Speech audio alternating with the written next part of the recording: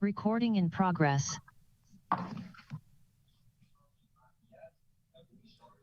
Good evening, gentlemen. It's 6 o'clock on August the 19th in the great parish of Ascension for what we hope will be our first virtual meeting that goes off without a hitch. We have been practicing, obviously, and we've had some unsuccessful tries. So I thank you all for remaining muted so that noise is not an issue unless you are speaking. We'll give you time to unmute in the event that you need to in order to speak. But I want to remind you all that we have an audience and we need to be cognizant of that at all times. Keep your backgrounds blurred. And thank you for looking great this evening. I appreciate it. I'd like to call to order this meeting of the Ascension Parish Council on the 19th of August. And at this time, I'll ask Coach Thomas if he would please lead us in the invocation, followed by the pledge.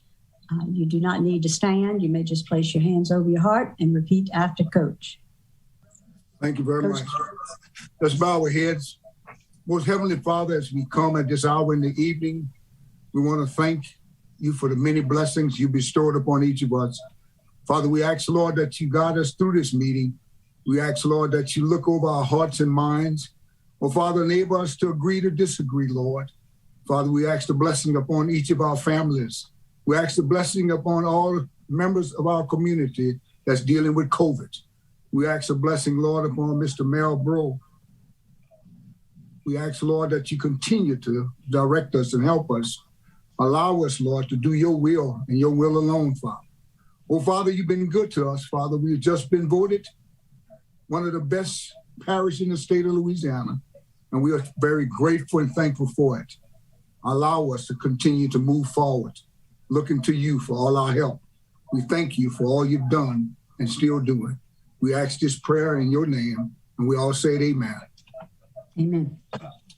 Pledge allegiance to the flag of the United States of America, and to the republic for which it stands, one nation, under God, indivisible, with liberty and justice for all. Thank you so much. So we have some new rules tonight. So I want to first announce the call-in information. If you want to comment in the public comment period, please use this phone number, 225-621-8636. That's 225-621-8636.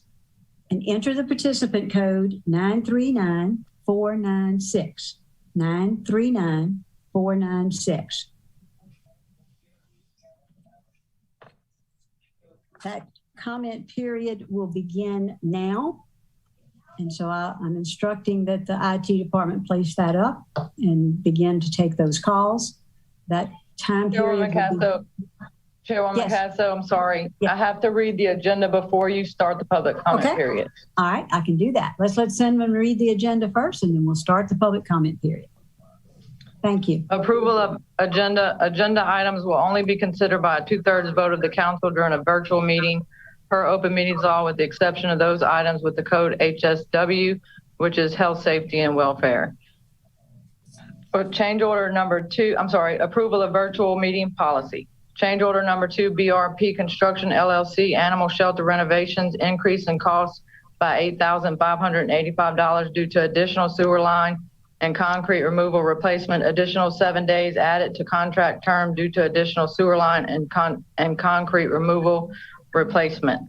Change order number 1, Doyle Electric, Ascension filter plant electrical system upgrade, additional 45 days due to length of time to acquire a dig permit due to high Mississippi River water level. Change order number 2, Delcon LLC, Ascension Parish Governmental Complex Administration and Council Secretary Office renovations to interconnect new door lock and reader for an additional amount of $1,150 for an additional 30 days added to contract term. Change order number 1, Blunt General Contractors, Sandoval Substation number 61, decrease in contract amount by $14,482 for a new total contract amount of $1,754,518. and increase contract term by additional 156 days. Bid quote items to accept lowest responsive bid quote as follows: bituminous mixture for hot application asphalt, Barber Brother Contracting Company LLC, fixed $56 per ton. Barrier Construction Company LLC, $56 per ton. Annual operating material bid, mosquito control chemicals, Adapco Inc., Scourge, BVA2, Vectilex, WDG, Clark Mosquito, Duet, Clear Mineral Oil, 275 gallon tote, Vecerus, Clear Mineral Oil, 55 gallon drum, Masterline Bifenthrin, 7.9 Alticid briquettes, Target Specialty 30 plus 30 BTI granules CG. Approval to pay $33,645 as the local match required in an agreement with the Baton Rouge Metro Planning Organization for pavement and asset data collection. Approval to extend the contract time to November 9th, 2021, and to add $11,719.60 for a contract total of $61,219.60 for Gresham Smith to provide additional traffic analysis required by DOTD for the LA 621 and LA 73 intersection relocation. Approval of agreement with Coca-Cola Bottling Company, United Gulf Coast LLC, and Ascension Parish Recreation for the purpose of granting exclusive beverage rights to the bottler in consideration of the cost of purchasing scoreboards. Approval of cooperative endeavor agreement with Impact Sports and the Parish of Ascension and the Parish Baseball Program, with the stipulation that Impact Sports carry and show proof of insurance. Resolution to adopt and allocate funds for an outdoor fitness court as part of the 2022 National Fitness Campaign. Approval of municipal water pollution prevention, Hillaryville wastewater treatment plant report. Approval of municipal water pollution prevention, Silver Oaks wastewater treatment plant report. Zoning review ID PZ 262321, Lot A1 of the Cloverdale subdivision for Linfield, Hunter, and Junius Inc. Spud major use change located on the west side of LA Highway 73, approximately 110 feet north of Southwood Village Avenue, to accept or deny with the stipulations of number 1, limit it to 17-foot box style trucks. Number 2, no semi trucks. Number 3, no fuel or hazard material storage. Joint Planning and Zoning recommends approval. Zoning review ID PZ 269321, Lot A1 for Michael C. Tomplay, located on the south side of Highway 30, approximately 2,000 feet east of South Pepera Hodgson Road, to amend the Ascension Parish zoning map from rural to mixed use. To accept or deny, Zoning Commission recommends approval. Clarification and approval of a car allowance for the Registrar of Voters in the amount of $300 monthly, and to make the payments retroactive to hire date. Motion on August 5th, 21 did not include specific amount.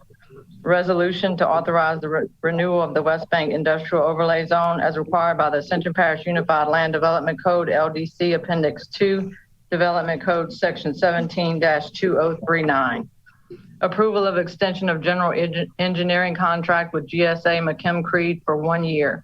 Approval of change order number 6 for CDBG project extension of contract for 83 days and increases amount of $37,254.42. Approval to renew contract with Curtis Environmental Services, Inc.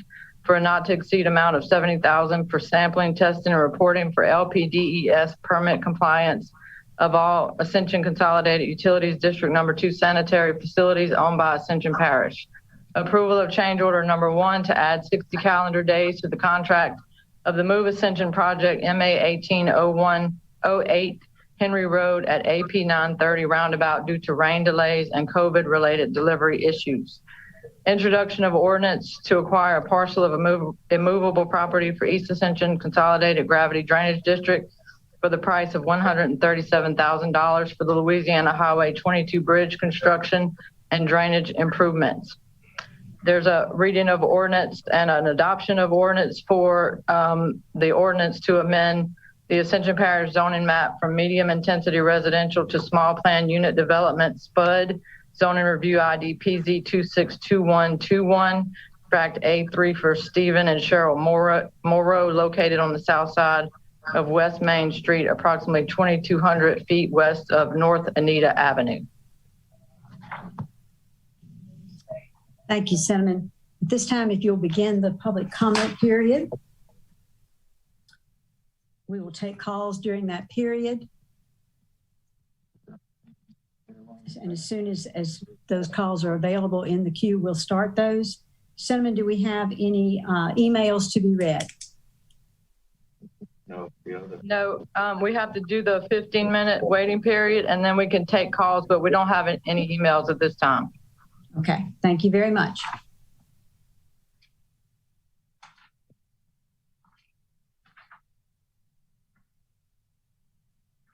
I want to explain while we're in the waiting period that there is, I have added under chairs additions, some agenda items to be considered by 2/3 vote of the council during the virtual meeting per the open meetings law, with the exception of those items with the code, health, safety, and welfare of the public. We will have an opportunity for any of you to object to any item that's on the agenda. If you object to that item, then it will be pulled, much like we do the consent agenda, and we will vote on it individually. And it will take 2/3 vote for that to pass.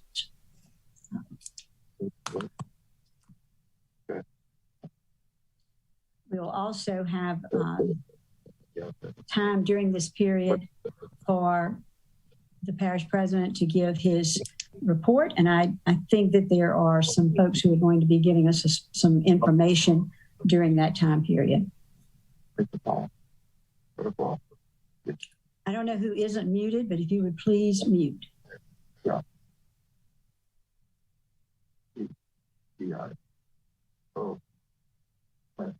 Cinnamon, are the persons who are going to be presenting ready to go?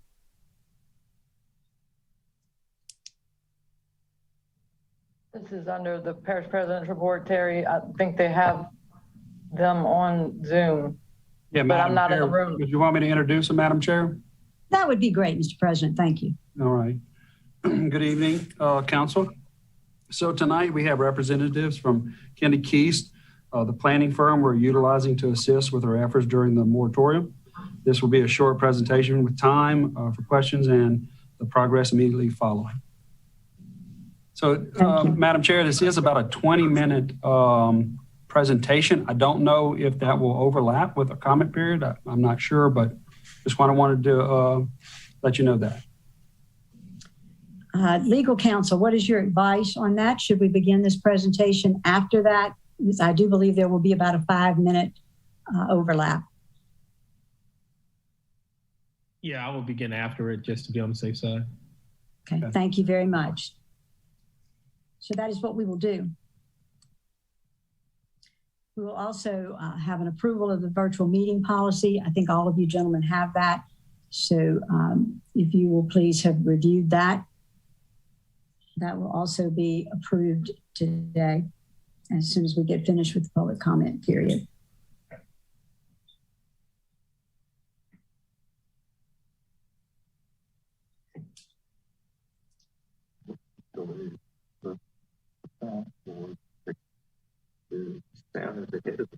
Somebody's not muted. I don't know who it is.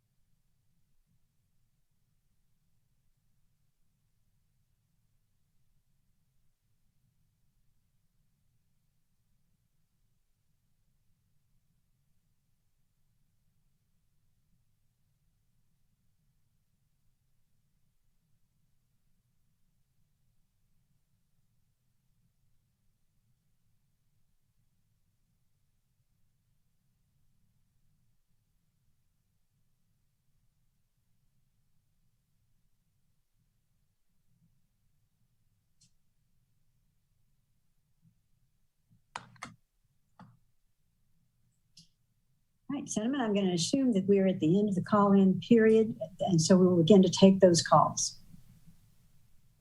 We have one caller, Miss Katrina Bonamalo, and she is speaking against item 3B.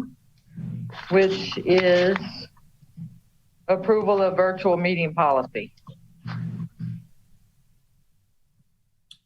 All righty. Keeping in mind that this is a policy of the council, it's not an ordinance. Gentlemen, as you listen to her comments. So go ahead, Cinnamon. We're happy to hear from you. Go ahead, Cinnamon. Yes, ma'am. Hi. I wanted to know how this will be different from a regular meeting. Ma'am, we're awaiting your comments. Can you hear me now? Yes.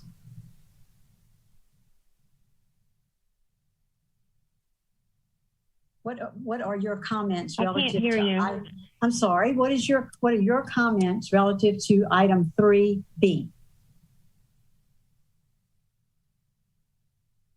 I can't hear him.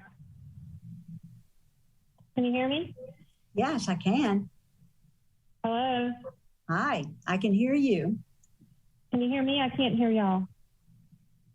I can hear Okay, you. I'm gonna turn my...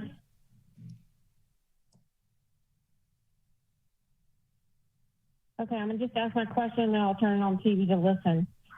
What's the difference with this and how it is held in a regular open forum meeting?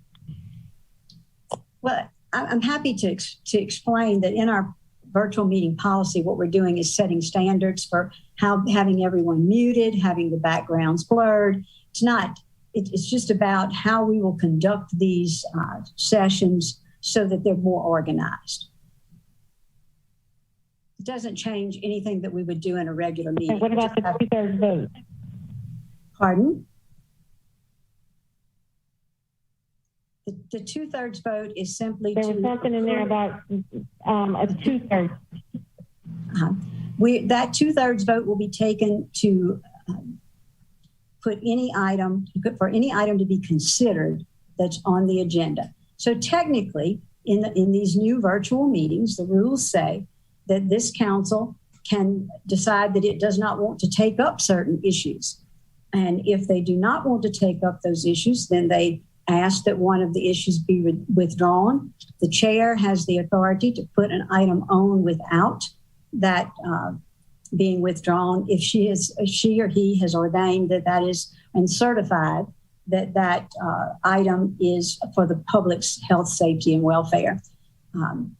Otherwise, any other item on the agenda will require the 2/3 vote of this body.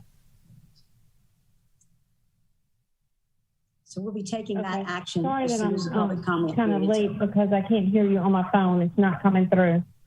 I'm terribly sorry.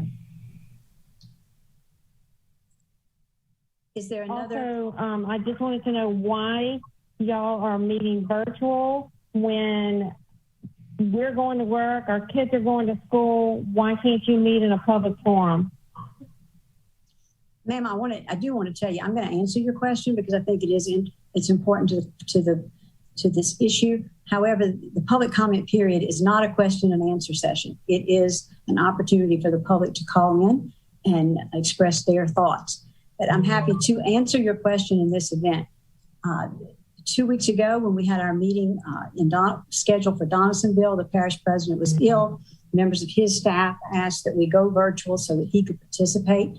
It was already very high COVID levels in the parish. Many of us are older, and although when I read that and heard about that, I kind of resented that. But the reality is many of us are older. Our families, our husbands, our partners, spouses are older, and we want to be very cautious, not only for ourselves, but for our citizens. We don't want people coming to meetings in large groups, and there are no limits right now on the size of those groups. And so we were very concerned that we would be having super spreader events happening at parish council meetings, which all of us feel like is something that's important not to happen. So we made the decision to go to virtual. And after that happened, in order to be able to have the parish president there and all of us and the public to be safe, our numbers have not gone down in the parish. I've been watching the positivity rate, positivity rate that first week was 22%. The second week it was 23%. And this week it's 23.6%. And so I am concerned, and it's my responsibility to make sure that these councilmen are safe, that their families are safe, that our citizens are safe, and that they are. And virtual meetings gives us an opportunity to do this work, even though it's not quite as convenient as it is in the building. And certainly as soon as we feel like it's possible to go back into the building, we will. I mean, I much prefer, these are nerve-wracking meetings. I can't even begin to tell you how difficult it is to chair them. But we're going to do the best we can to protect the citizens of Ascension Parish, as well as their staff. The staff of the parish is always at risk, and also these councilmen and their families. Thank you for giving me the opportunity to explain. Thank you. All right, Cinnamon, do we have another caller? No, ma'am. All right, thank you very much. At this time, we will go to the chair's addition items, which are 3A, and that is the approval of the agenda. Does any councilman have any item that he would like to see have included only by a 2/3 vote? Does anybody have something they want to come off and have some debate about? I would like to make a motion to approve. I have a motion to approve the agenda as it is. Do I have a second? I have a second by Mr. Mason. Are there any questions or comments? I believe Mr. Ogeron was Mr. Ogeron, I see your hand. You need to, now you can unmute. We'll give you a second to unmute. There we go. Thank you, ma'am. You're welcome. We have items 6K and 6I on the consent agenda. We'll do the consent agenda when we get to it. Okay. I guess I misunderstood. Are we looking to have items removed so that we can vote on whether or not they're going to be approved? How are we doing that? Yeah, Senator, why are those items under consent? So I think he's asking to take those items take them off to vote on them to Individually? On the I think agenda. so too. Yes, I realize that, but I'm asking, and we'll talk about this after the meeting. I'm not sure why those would have been included on what would be considered the consent agenda. Because they were recommendations by committees. But they did not come through from that committee. So that's okay. We'll talk about that on another occasion after this meeting. So which items, Mr. Ogeron, do you want to pull for 2/3 consent?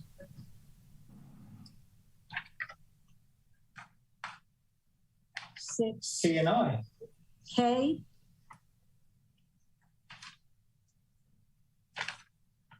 K and L, I guess. It's L. Okay. So we will pull those and vote on them separately. Thank you very much. I have a motion by Mr. Melanson and a second by Mr. Mason to approve the remaining agenda. That will require your vote. Mr. Thomas, you have a question? Yes, ma'am. Do I need to pull C so that I can get on and discuss the situation we talked about?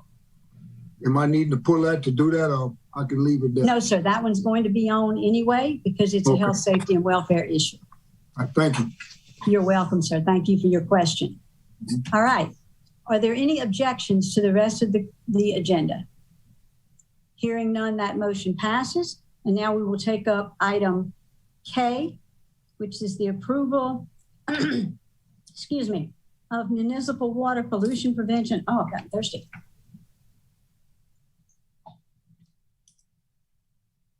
MWPP, Hillaryville, WWTP report. And that was, that was a utilities committee recommendation. I thought that one had not gotten through. In order to consider that one, it will take a 2/3 vote. Do I have a motion to consider it? I have a motion by Mr. Melanson to consider with a second by Mr. Lawler. And there will be a roll call vote. Cinnamon? Councilman Thomas, Yes. Councilman Robert,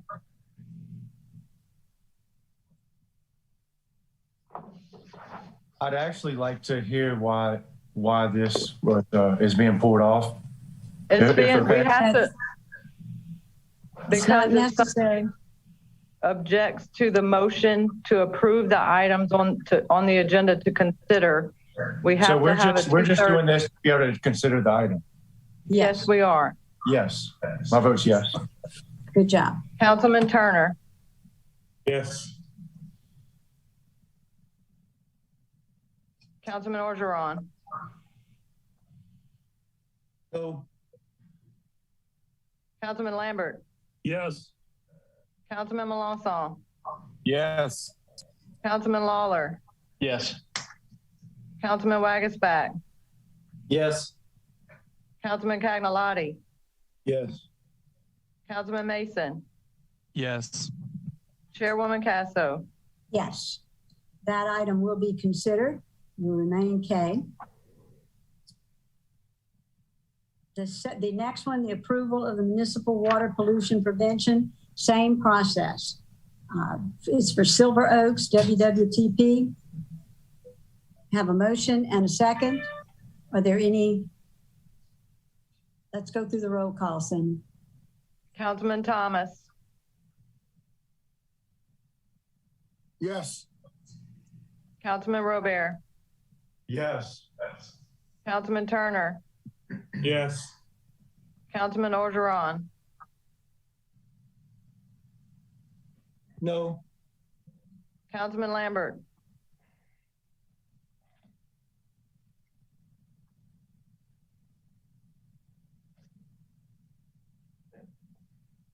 It looks like he stepped away, Senator. Councilman Melanson, Yes. Councilman Lawler, Yes. Councilman Wagasback, Yes. Councilman Cagnalotti, Yes. Councilman Mason, Yes. Chairwoman Casso, Yes, and Councilman Lambert is back with us. Councilman Lambert, Yes.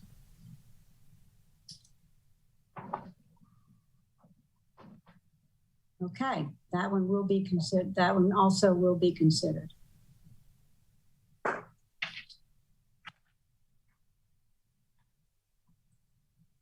right, at this time, we will go into the approval of the virtual meeting policy. Do we have a motion to approve the policy? I have a motion by Councilman Lawler, second by Councilman Melanson. Are there any questions? Yes, Mr. Robey. Let me pull it up. Looking at the rules that we have, number 3 and number 4 do not conform to the state statute. 42-17-1, paragraph C4. It reads, the presiding officer shall ensure that all parts of the meeting, excluding any matter discussed in executive session, are clear and audible to all participants in the meeting, including the public. So within those rules, it says certain time periods and certain standards that if the internet goes out or if they're gone for 5 minutes or if they don't call, but if it's technical difficulties, it's technical difficulties. And that should not be adopted whenever it doesn't conform to the law. Now, I agree that that's inconvenient, but I would like to see these meetings in public, in person. I'd like to see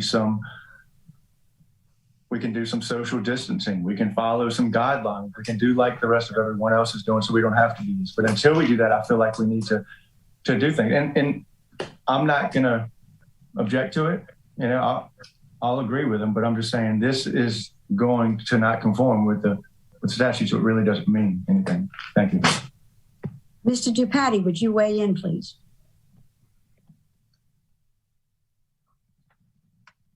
I'm looking at it right now. I think it depends on where the technical difficulties occur. If it's on our side, then I think, yes, we have an issue. And if anyone falls off due to something that's done on our side, then until that is fixed or remedied, we can't go forward. But if we can't control what happens on the public side, if they have some connection difficulties or what have you. So that's, I think this falls within the meaning and the true why that statute was created. At the end of the day, as long as the parish and the council is making sure and making a means of the public being able to comment and doing a diligent effort of it, I don't think we run afoul of the law. Thank you, Mr. DePatty. Yes, Mr. Robert. My question, as example to the last drainage meeting, would that still pertain whenever I go out? I didn't have service. I didn't have internet service out of my power. I had nothing to do with it. And my whole district was denied a vote because my internet went out for a few minutes. If it was my internet, I don't even know if it was that or if it got disconnected from the parish. That's my point. So does it apply there as not violating a statute? Again, if it happened on your side, if your internet went out, or if your Wi-Fi. I don't know which side it happened on. Okay. Well, out of abundance of caution, as you being a member, what I would suggest they do in going forward is prior to moving forward is to get you back connected either through Wi-Fi on Zoom or on telephone, so that you can vote. I don't know if that answers your question or not. Thank you. Thank you, Joe. We do share your concerns because we really don't like to see anyone not have an opportunity to express their vote. So, okay, so we have a motion and a second to approve the virtual meeting policy. Are there any objections? Hearing none, that motion passes. Thank you, gentlemen. And I'll also remind you, Mr. Robert, that in that virtual meeting policy, you would have 5 minutes to call in and try to get this, make sure anybody who drops off, Mr. Lambert also dropped off that night, call in and make sure we try to get you reconnected. Absolutely. And in that case, I do ask, because I did text a couple of the people that were in the meeting, maybe if we could have some type of specific line or specific person we call or text without disturbing the meeting itself. I don't know. Okay. I texted a couple people during that time. We'll talk to IT about that. Thank you so much. We appreciate you. Thank you, Madam Chair. All right. You're welcome. At this point, we will go on to the parish president's report.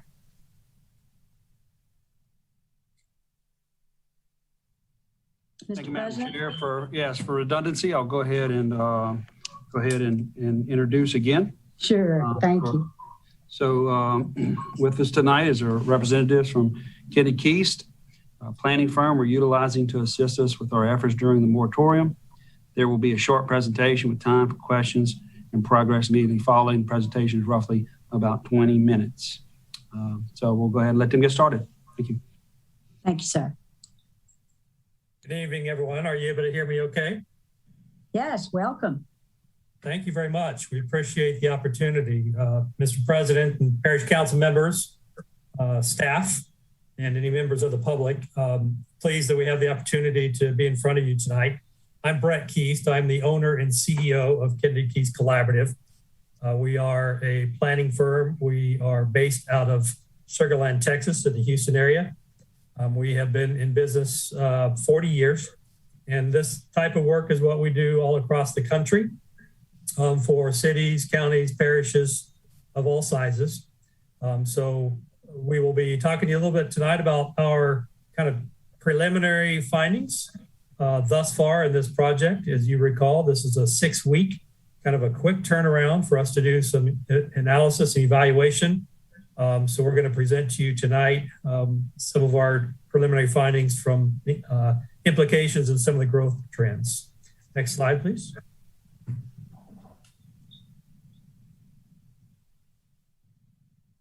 So tonight, again, we'll be kind of going through the project description, what our scope of work was, what we're setting out to do in our time frame. We're going to be looking at growth management policies and regulations from our analysis, present some initial findings, and then certainly have any conversation or questions, and then we'll discuss next steps as well. This is the team that is working with us. So Tariq Wafai is the project manager. He's going to be presenting to you here momentarily. He too has been doing studies and writing regulations and doing similar type of work across the country for many, many years, as has Brian Mabry. Brian is our practice leader for our code practice group. And then Janice Burrell does all of our GIS analysis. So these are the 4 folks that are working on this project. Next slide, please. So we were asked and had some conversations, and we prepared a scope to consider the growth management policies that are appropriate for the parish. Obviously, we'll be working very closely with you, laying out, our findings and all the opportunities and alternatives, and then collaborating with you to decide how you decide to move forward. Part of this is going to be looking at a critique of your development regulations to see how effective they are today at managing growth, and identifying ways and laying out the different means for addressing how development happens across the parish in the coming years. We'll identify any gaps in the regulations that need to be filled in. If there's overlaps or inconsistencies or conflicts between policies and plan documents and regulations, that's not uncommon, as they're done at different times. And oftentimes we discover that, the development regulations maybe haven't been brought up to date to implement the land use plan. So we'll be laying all those out for you. And then we will be prioritizing targeted code updates. So that will be one of the big outcomes of this process of looking at the development code, identifying, from our perspective, what needs to happen, or recommending what needs to happen in order to help the parish effectively manage responsible growth in the coming years. And of course, we'll be looking at best practices from all across the country to kind of give you a global perspective of, what other parishes are doing, what cities are doing, as well as, counties across the country. Next slide, Tariq. All right. So I'll just comment on this real quick, Tariq, and then I'll turn it over to you. Sure.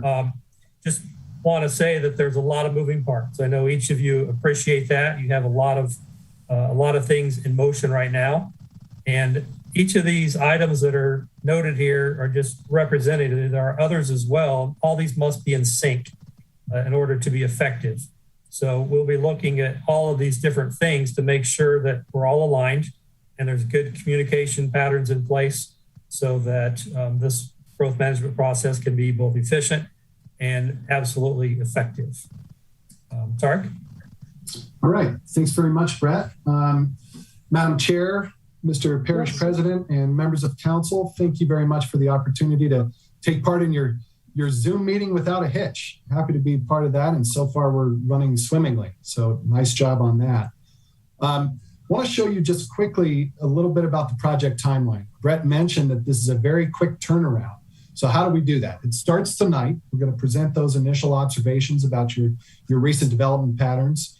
We're going to be back in front of you very quickly to get really into the weeds on the current regulatory framework, as much into the weeds as you would like us to, and then present you with an action plan to achieve the goals that we present to you as options.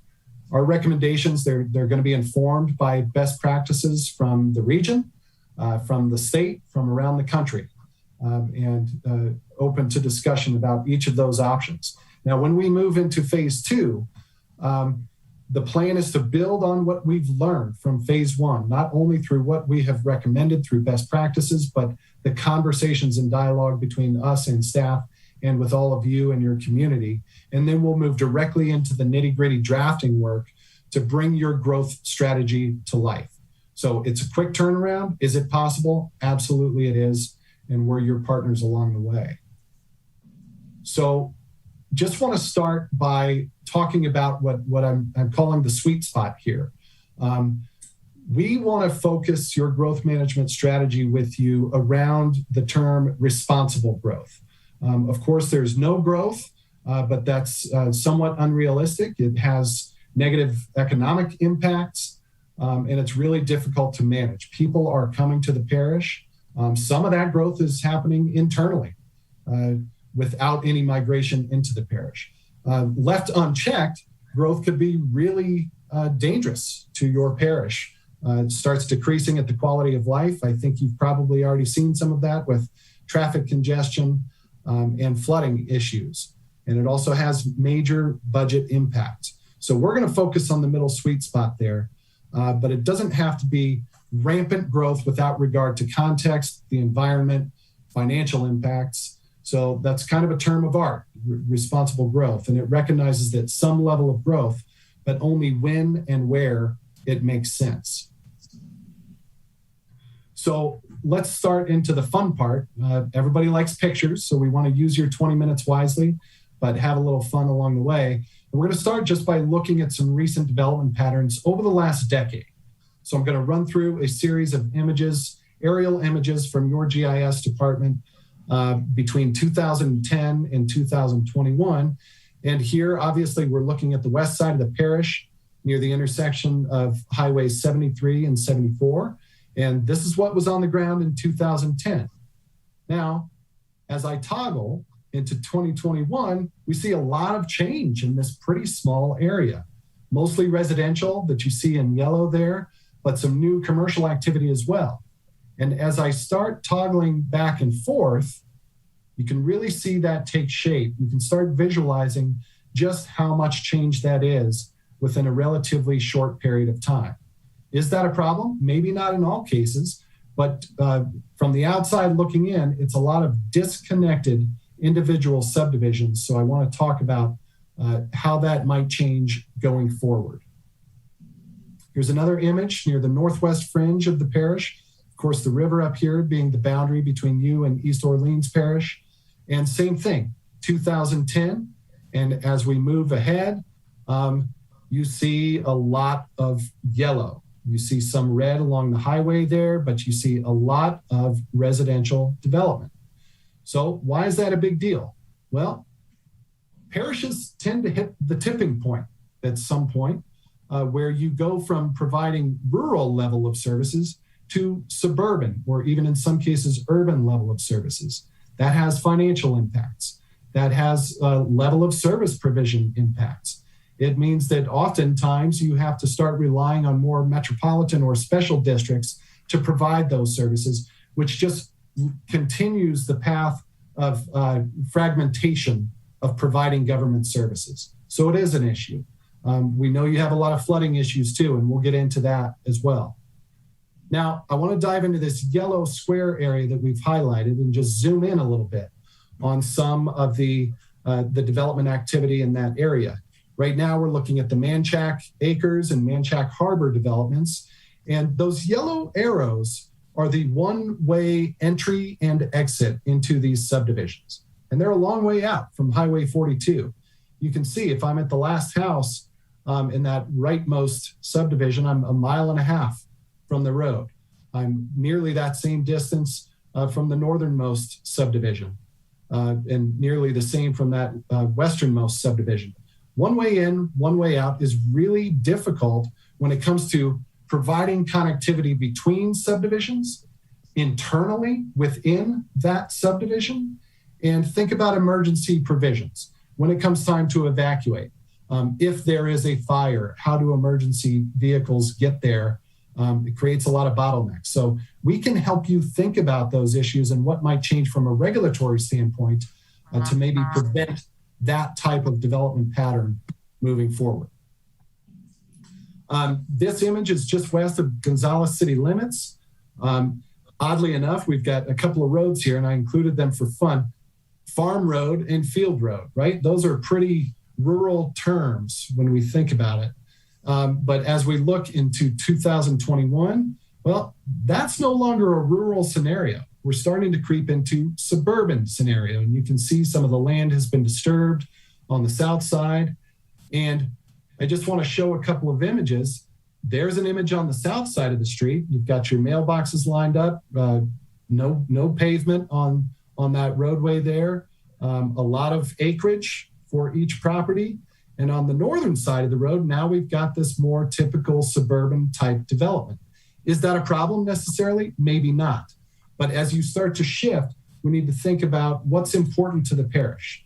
How much protection of existing rural neighborhoods should there be versus accommodating new growth? So let's just review everything under a lens of growing where it's appropriate. These connectivity images come directly from your transportation master plan. I've got a quote there: lack of local connectivity puts more pressure on the arterial street network to provide first and last mile connections. So basically, let's just slim that down. It means if I don't have multiple ways to get in, through, and around a subdivision, then we have to all go to the same place to get from one place to another. And when all of those cars are forced to go to one place, it creates a headache. Tonight, great, we're meeting virtually. If everybody had to get to the meeting in person tonight, some people are going to be late because as you continue to grow, you're going to keep relying more heavily on those arterials. So why is growth management important? I've listed them there. I don't have to tell these to you. You've got traffic, you have flooding challenges. Let's preserve and protect what's most important to the parish. Strong environment, rural connections to nature. Infrastructure is often inadequate to support new development and thus reduces quality of life. Again, back to traffic. Are we building responsibly where the infrastructure can support it? Is development paying its own way? That's also important. If we're just approving subdivisions willy-nilly throughout the parish without thought about how all subdivisions should be treated, what type of review criteria might be involved there, then there's no real connection between those subdivisions. A growth management strategy is good because it allows you to plan rather than react. It's really expensive when you're always a step behind the 8 ball trying to react. How do we fix these roads now instead of having mechanisms in place to plan for them?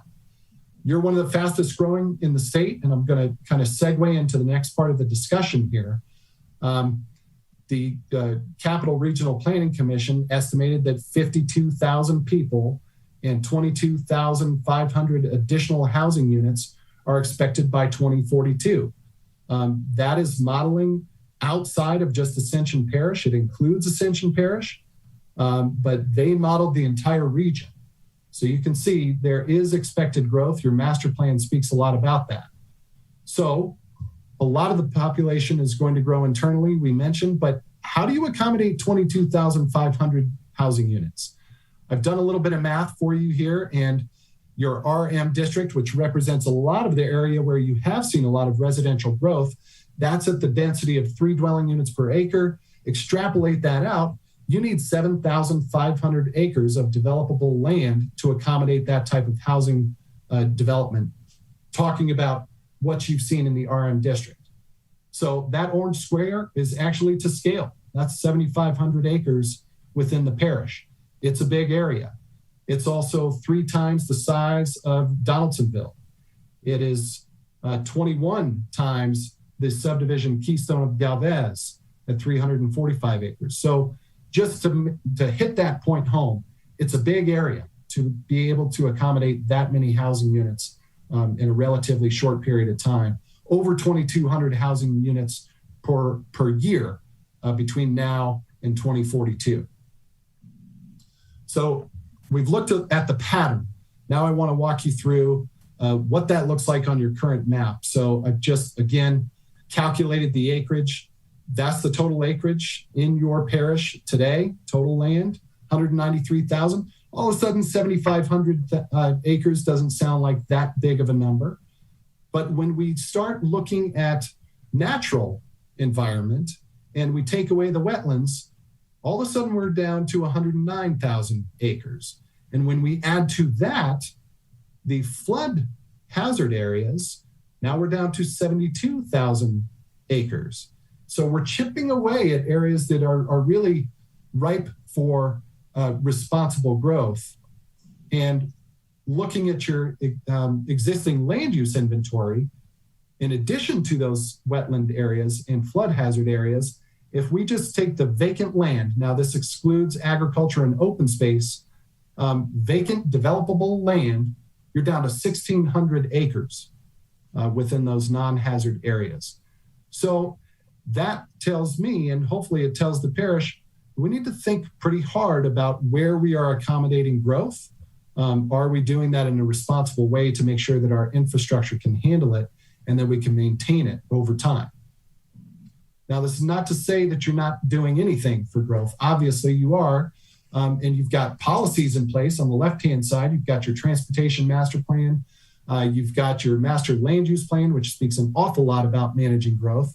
Then you have standards to implement those policies. You've got, of course, the Unified Land Development Code. You've got a zoning map that shows your development community, shows your citizens where you would like to grow, which areas are zoned to accommodate growth. And then you've got this implementation, putting the dollars there through Move Ascension, programs like that say, all right, let's look at where we need to grow and really prioritize those capital projects and put our money there so that we're not behind the game when it comes to accommodations. Couple of quotes from the master plan. I won't read these to you. And just looking at our time here, I've only got probably 3 minutes left, but we'll make sure you get a copy of this presentation if you have not already.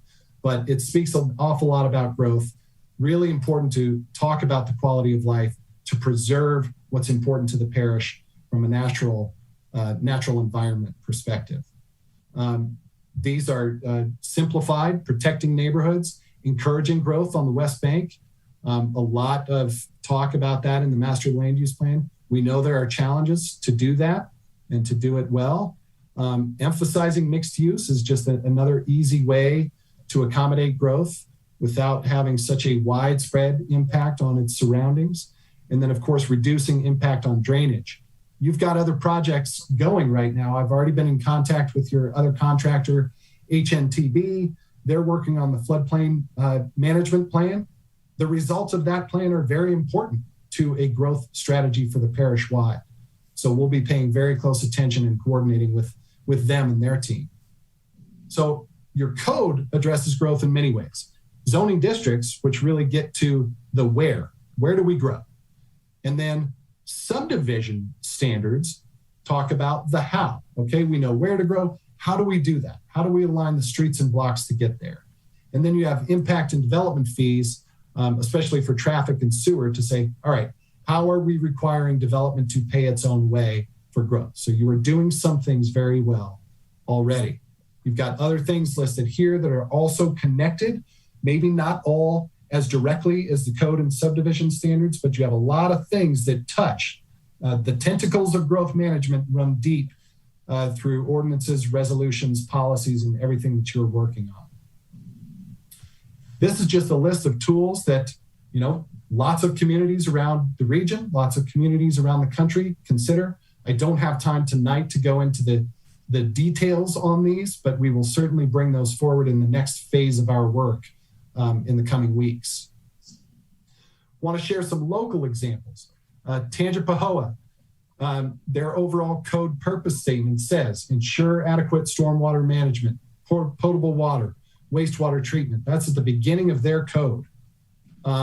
St. Tammany, also close by, has a rural overlay zone, encouraging the maintenance of the rural countryside, preserving forests and other undeveloped lands from areas of population growth. So they're thinking about these things. And when you put them into ordinance, they become so.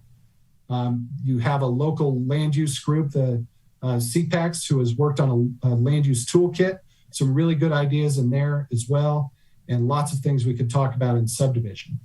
I do want to focus in on one particular example, and that is thinking about cluster development versus conventional. And you all have probably heard about this, but cluster development, the basic idea is allow for reduced lot size, smaller lot area, smaller lot width, shorter setbacks in exchange for dedicated common open space in perpetuity. So we're not making a recommendation that the parish adopt this. We're sharing an idea that is pretty popular around the country and in your region. Benefits include, you're preserving more land around the outside. If you look at those images, those are two different ways to develop. Yes, they're smaller lots, which seems like it's, more of an urban or more dense suburban style of development. But in exchange, you're having better water quality, reducing the stormwater runoff, reducing the maintenance cost for the parish. So that infrastructure part of the equation is really important. So we're going to come back and recommend a lot of things in our next phase of this work. And I just want you thinking about these considerations as we get to that stage of the project. Let's build where infrastructure allows. Don't build where it doesn't. Sounds very simple, but I want to get it here on the page.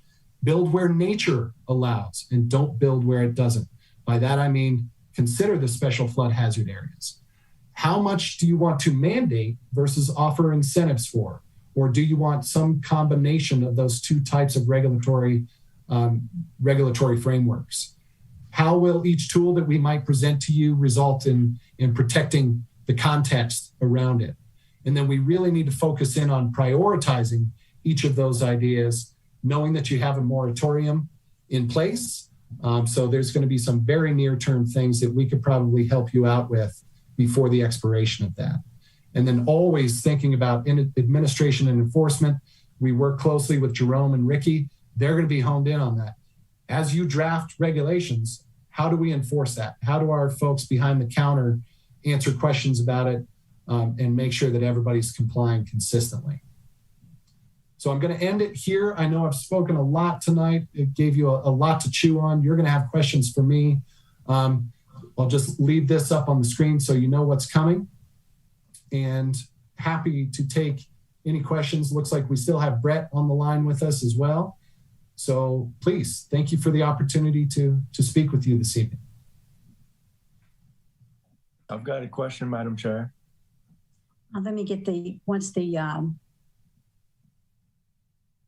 presentation, give me just 1 second, Joe, once the presentation material is down and we get back to everyone else.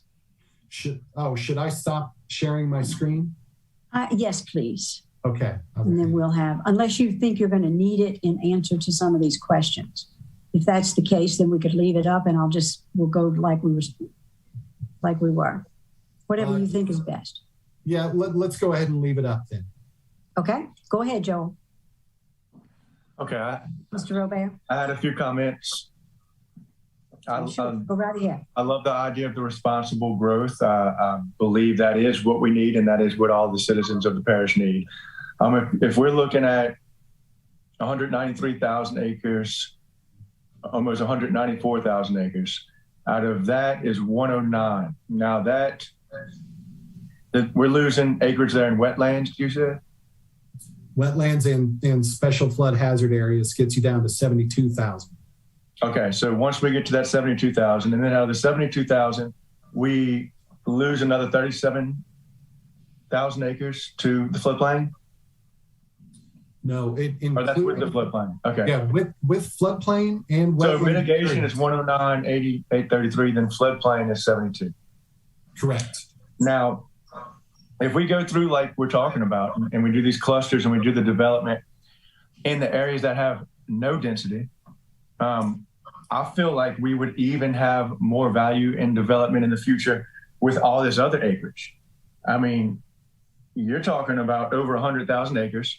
And I know a lot of it is wetlands, and I know a lot of it is different because of environment. But you can have people come in when you have a quality community, and they'll put in the money to build and to mitigate those different wetlands and those different areas to improve the environment and to improve around it.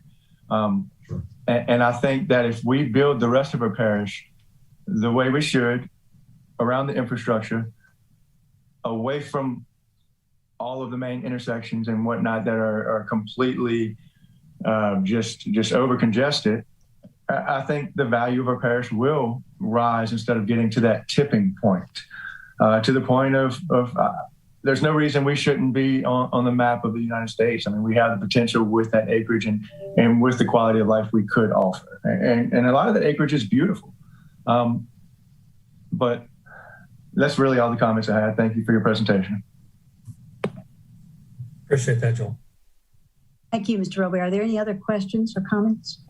Yes, ma'am. I can't see any of you. So. I put my virtual hand up. This is Aaron. There you go. Okay, Aaron, go ahead, dear. Okay, yeah, actually, I'm going to disagree a little bit with what I just heard, because I'd really like us to move in the direction of preserving our wetlands and our natural areas.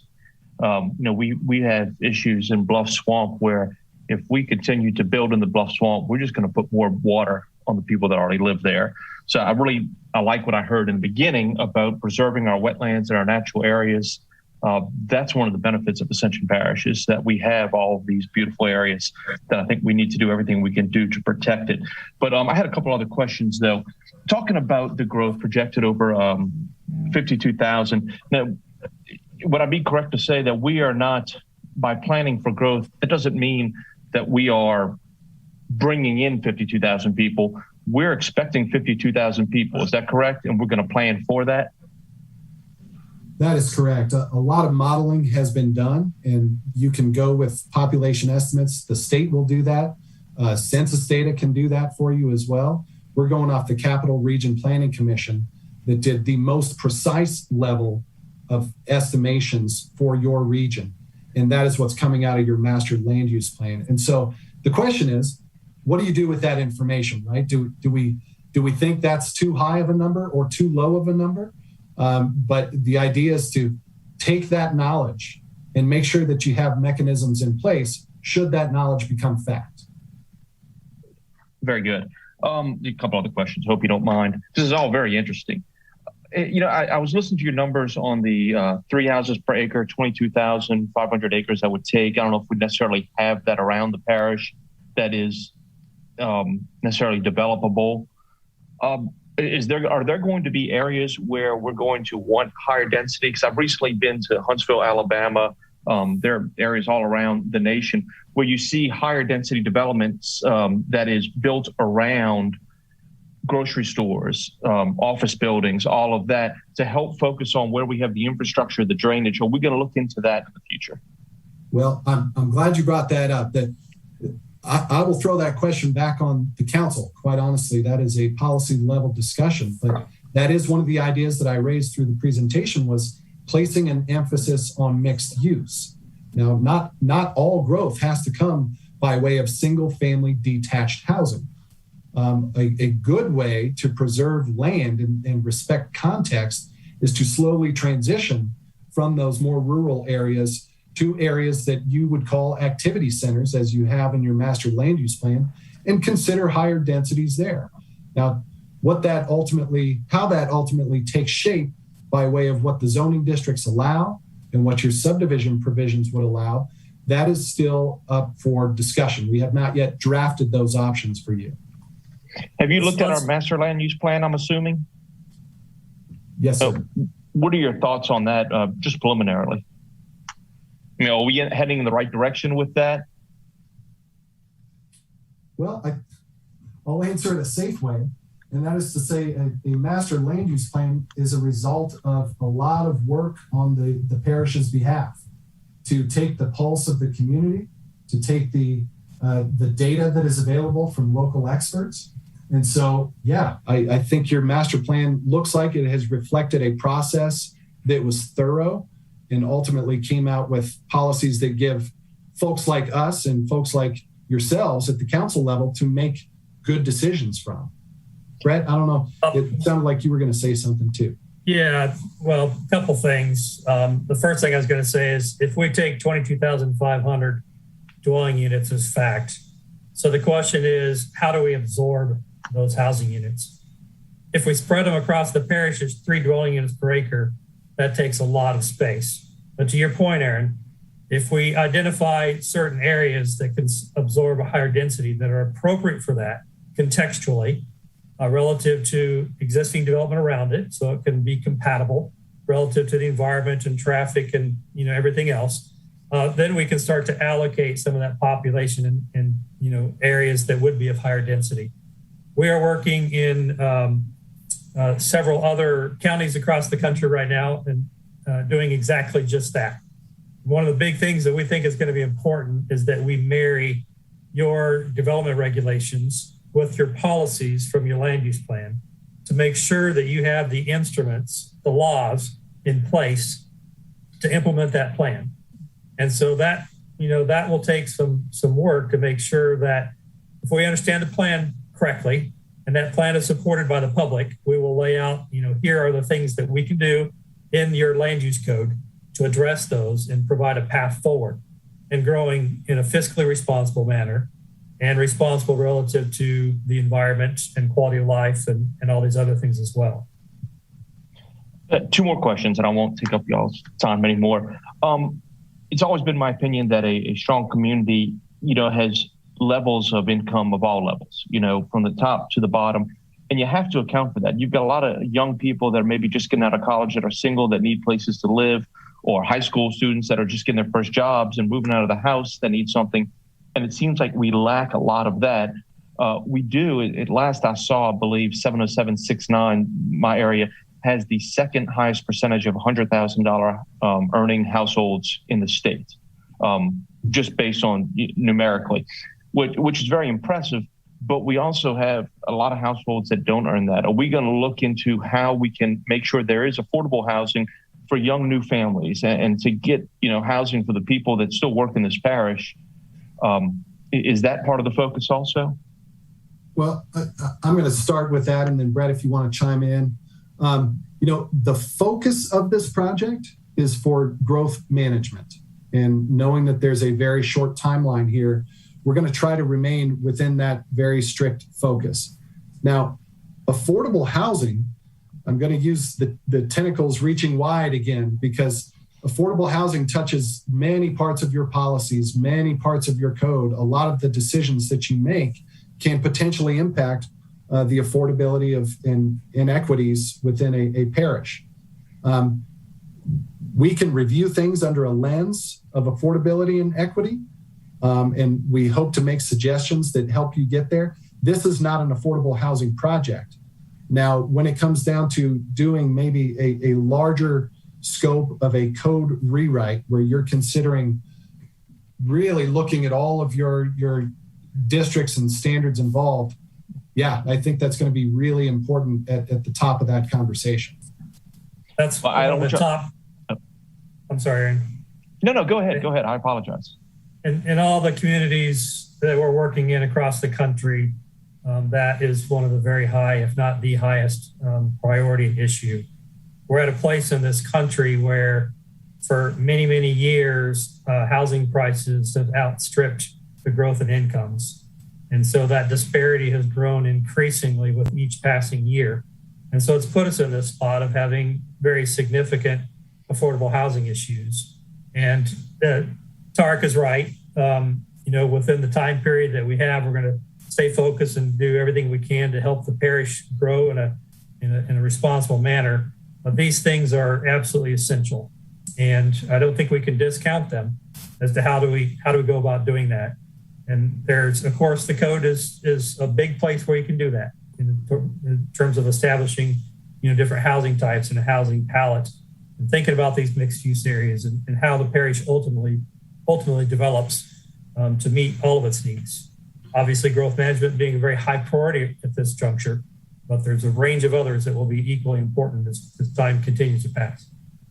But don't worry about the time too much. I say we've already stated during the moratorium talk that we could extend this 3 months if need be, if we're making good progress, and it looks like we are. But even then, this, in my mind, can extend past the moratorium. The goal is to get it right, not just to do it quickly. But I think I interrupted somebody. I'm sorry. I have one more question after this. I was just going to very quickly mention that Brett, myself, Brian, and others, we have a responsibility in our profession to be considering ethics, to be considering equity, to be considering affordable housing, things that really matter to the citizenry of our country, and no different in your parish. And so that's, even if we don't call it an affordable housing project, it's a lens by which we operate. Yeah, well, I've got a son that just started college, who I hope he can live close to me one day, but you don't get out of college making millions. But my final question is roads. Y'all mentioned roads a little bit. We have a minuscule budget when it comes to roads. We get about $8 million a year, and we get traffic impact fees, which, interestingly enough, if you slow down growth too much, you get less money, so you have less money for roads. Are y'all going to be looking at financial constrictions that we have and maybe ways to fix that? I mean, I've been a proponent for a while that we need to look at, other revenue sources for our transportation programs, because simply put, $8 million a year does not cover much at all. I would encourage you to take a look at the plan that we did for Tangipahoa Parish, because we really jump into that topic. Like you, they were in the same ballpark. Very limited funds and a gigantic need with population, coming into the parish.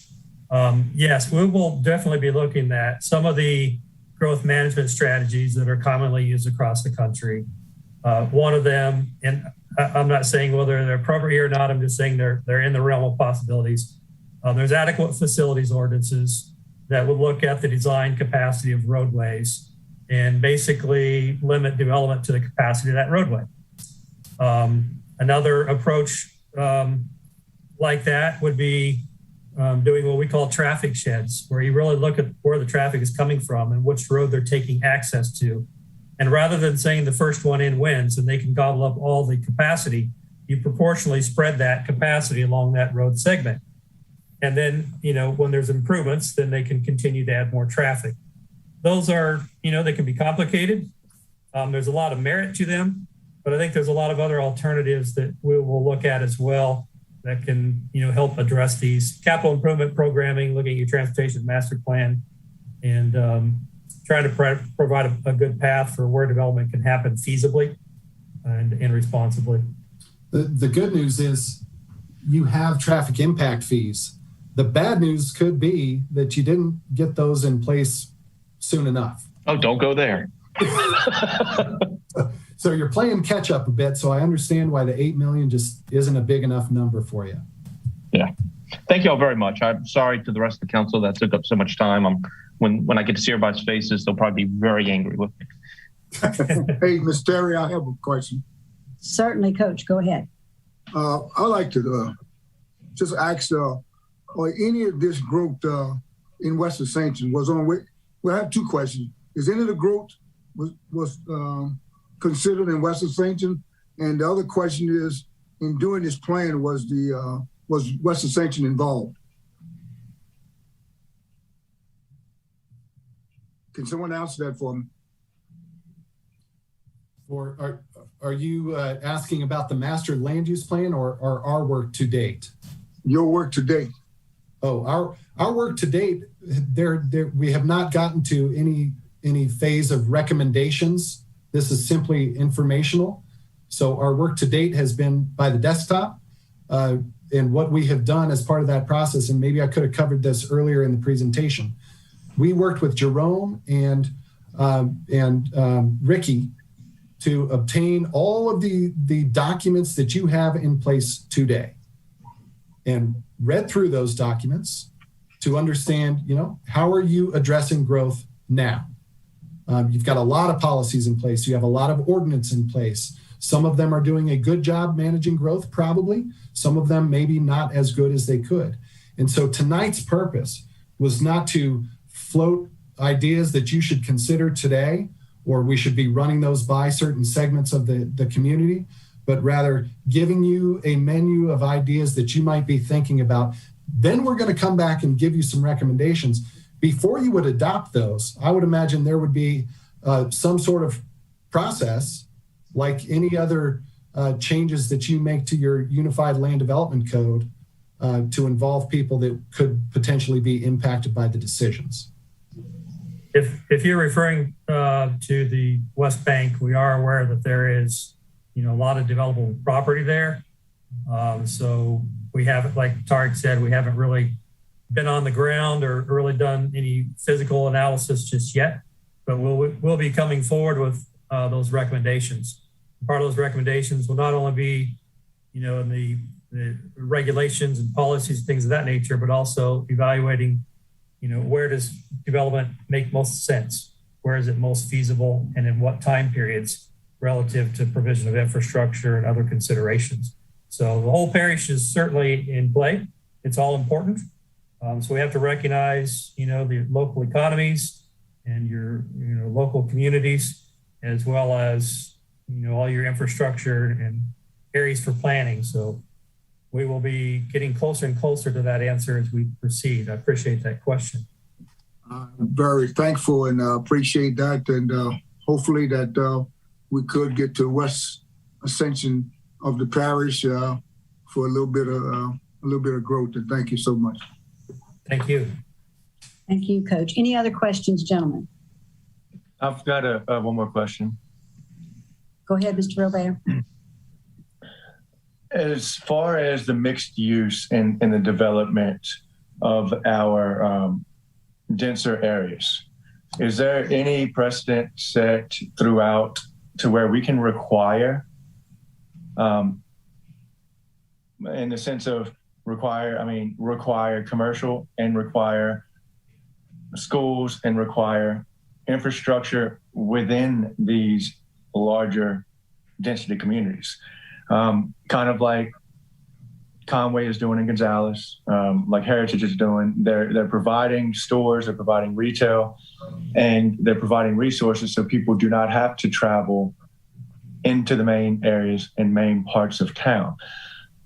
And that's my question. It would be better for the parish, I believe, if we could put in certain stipulations or ordinances that when you do reach a certain density, you must provide a certain amount of commercial, a certain amount of access to schools or fire or whatever.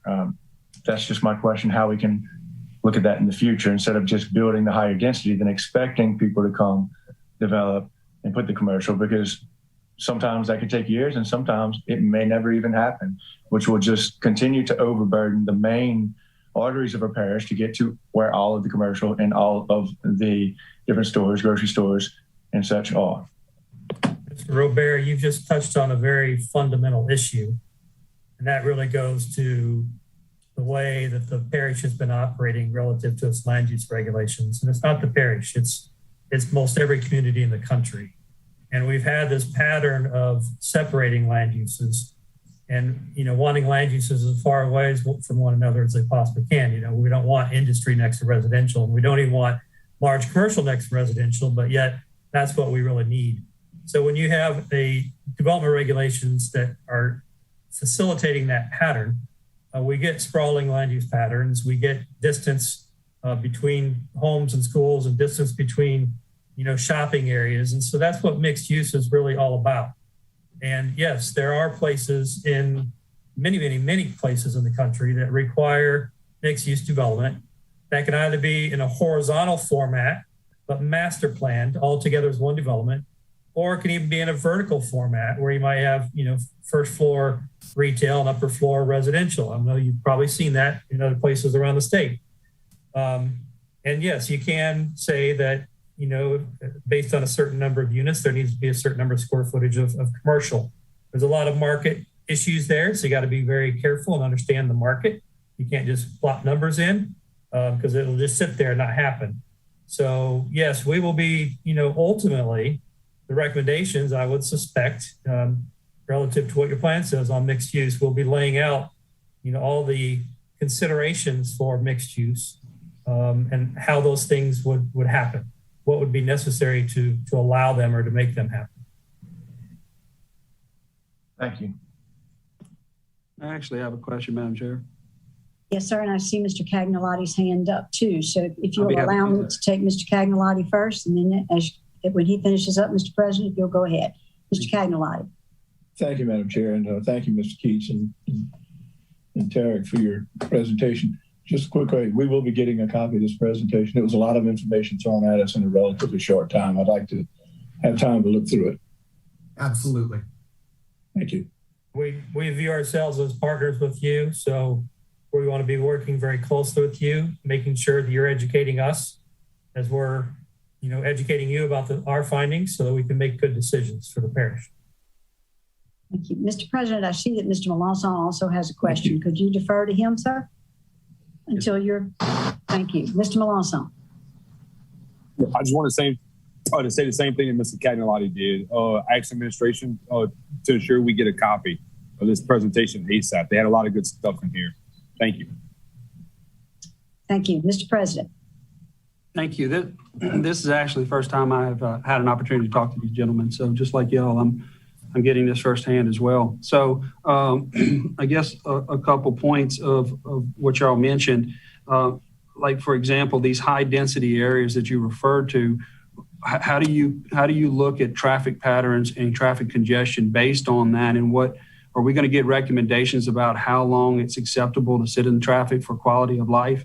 Because some of those areas that you've shown as 73 and 74 are very highly congested, and as well as in the northern part of the parish, even though we've actually had the benefit of DOTD expanding Highway 42, which hopefully will provide some relief. But in addition to that, is there restrictions based on infrastructure allowed for this additional housing and densities? And I don't need that answer today. I just want to make sure that we're looking at those circumstances when we're deciding where this density might go. Obviously, that's a large amount of people that they decided that were going to come into the parish. And two questions were asked at the master plan. One was, well, do we have to allow for that number to come here? Or do we try to retain rural character where we can? So, for example, zoning in Sandoval is 2 lots per acre. And the citizens of Sandoval wanted that. They wanted to ensure that their density remained low, and they chose that more restrictive zoning for that. So do you suggest going vertical and then, of course, having to look at acceptable infrastructure as well, due to the fact a lot of this moratorium came about because of drainage issues from what we consider stacking of subdivisions without appropriate retaining right-of-way widths and appropriate drainage servitudes, as well as our drainage structures actually handling this type of growth. So certainly something we need to look at and balance when we talk about densities and where these people are going to go, as well as what infrastructure will allow us to do that, and how do we grow in conjunction or parallel with infrastructure. And you look at areas like Houston, who put in the infrastructure first. Well, we're kind of behind the 8 ball, where we didn't do that for the past 2 decades, and now we're looking to correct, I guess, some of those things, but also how do we grow since we didn't. And we didn't put in infrastructure first. And we have these where we sit in the traffic for 45 minutes or an hour and a half on our daily commutes for our residents. So just something to look at. Levels of income is a topic that I hear a lot. So we have our municipalities. Are we going to consider those municipalities and the densities and incomes of those as alternatives to, say, maybe putting some kind of low-end housing in an area maybe that could affect home values in that area? And I think that's a major concern for a lot of residents when they hear that low income level moving into their area that may be more expensive type homes are developed in that kind of corridor. But we're going to look at our municipalities to look at those levels as well. I just want to make sure we do, because they are part of our parish, and it has to be looked at those income levels as well. So I know there's been some issues of recent that we've had some developments of concern, which were lower income in areas, and residents certainly did not want them in those particular areas. So obviously we need to be very careful when we're talking about stacking or going vertical and doing these type of densities or low income type housings in these areas. a lot of this was a result of drainage issues. So, that has to be a thing of looking at other parishes and how they are handling their growth with drainage regulations and as far as development regulations as well. Again, as I said about the stacking, and our subdivisions currently going to a 25-year requirement, where we have older subdivisions we're at a 10-year, where we're getting 50-year storms, and we're getting inundated where these people can't even get home anymore or get out of their driveway. So obviously something we need to look at as well. Just wanted to put it on your radar. And we have a long agenda, so I'll go ahead and close it out there. Thank you, Madam Chair. Thank you, sir. All right. If there are no further questions of these gentlemen, then we will move along. Gentlemen, thank you so much for being with us. It was an amazing presentation, and I look forward to meeting with you personally. Absolutely. Likewise. Thank you all very much. Thank you. Thank you. Thank you. Okay, gentlemen, we will be getting into the meat of this agenda. So I want to remind everyone that today, before this meeting, all of you were sent a text and an email that gave you a call-in number in the event of some technical difficulty. So if you have a problem where you would get disconnected, now that we are going into this voting stage of this meeting, I want you to be sure to be able to vote. You have a text number and an email, and in your email, you have a number that you can call. Councilman Ogeron left us. He was not feeling well. So we are down one. And now we will move on to item 6 on the agenda, the consent agenda. Motion to move consent agenda. Have a motion by Mr. Mason and a second by Mr. Lawler to approve the consent agenda. Are there any objections? I want to ask first, does anybody have any item they want to remove from the consent agenda? Hearing nothing about that, let's vote. Are there any objections to the items on the consent agenda? Hearing no objections, that motion passes. No, I do have one question. Go ahead, Chase. Go ahead, Chase. No, I have one question. Sure. So the motion that Mr. Ogeron made earlier on items, I think it was 6K and 6L, yes. With the 2/3 vote. So did that remove it from the consent agenda? No. Right. Okay. Okay. It remains on consent. It remains on consent, but it can be taken up. It would have not been taken up at all had it not gotten 2/3. Right. Because I don't see Corey online, so I didn't know. He was not feeling well. I don't know. He was not feeling well. Okay. He did not. Okay. Okay. Thank you very much. So the consent agenda is approved. Moving on to item 7, Planning and Zoning Committee recommendations. Item A, zoning review ID-PZ-2623.21-Lot A1 of the Cloverdale subdivision for Linfield, Hunter, and Junius Incorporated, a SPUD, major use change located on the west side of LA Highway 73, approximately 110 feet north of Southwood Village, to accept or deny the planning and zoning recommendation of approval. So the chair would be entertaining a motion to approve or deny the recommendation. I have a question first. We will do that. Mr. Mason, do you have I'm going to take a motion in a second, and then we'll have questions. I'll make a motion. Have a motion by Mr. Robert, a second by Mr. Lawler. And are there any questions? I've got a question. I do too. Me too. Go ahead, Mike. All right. And Mr. Robert, if you want to go first with your questions.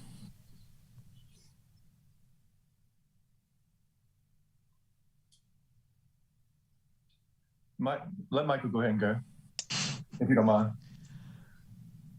Michael? Yes, ma'am. All right. I actually spoke to a member of the Planning and Zoning Commission, and he asks that we add to item 7A for the stipulations. He would like to add a 4th stipulation, if at all possible, to not allow no on-site fabrication in the laydown yard as well. So given that, I would like to amend the motion to add item 4 on the stipulations to no on-site fabrication in the laydown yard. That would be my recommendation. That was my question, though, is can we amend? Because I think I talked to the same person, Michael, and I don't think we can amend. I'm sure we did. Oh, we cannot amend? Yeah. I don't believe so. Mr. Jerome, would you, are you available? And our legal counsel? Yes, ma'am, I am here. Okay, and, I share the concerns of others that we cannot alter the recommendation of the Planning and Zoning Commission in this body. Would you give us some guidance on that, please? And perhaps legal counsel can weigh in as well. Yes, and I also have Lance Brock, who's here, and he's sitting next to Cinnamon, and we can see, and Lance can weigh in on this as well.